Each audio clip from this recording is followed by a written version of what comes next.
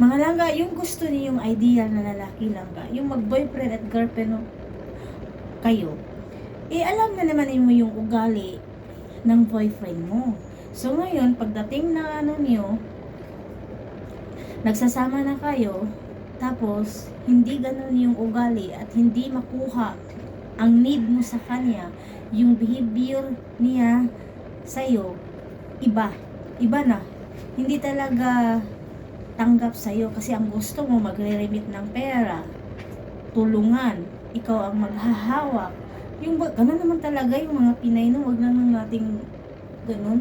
Yung pera ng lalaki, pera ng babae. Yung pera ng lalaki, pera ng babae. Yung pera ng babae, hindi pera, pera pa rin ng babae. Ganun naman tayo mga Pinoy.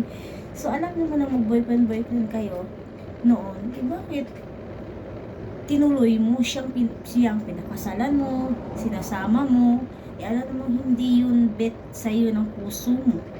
O, diba?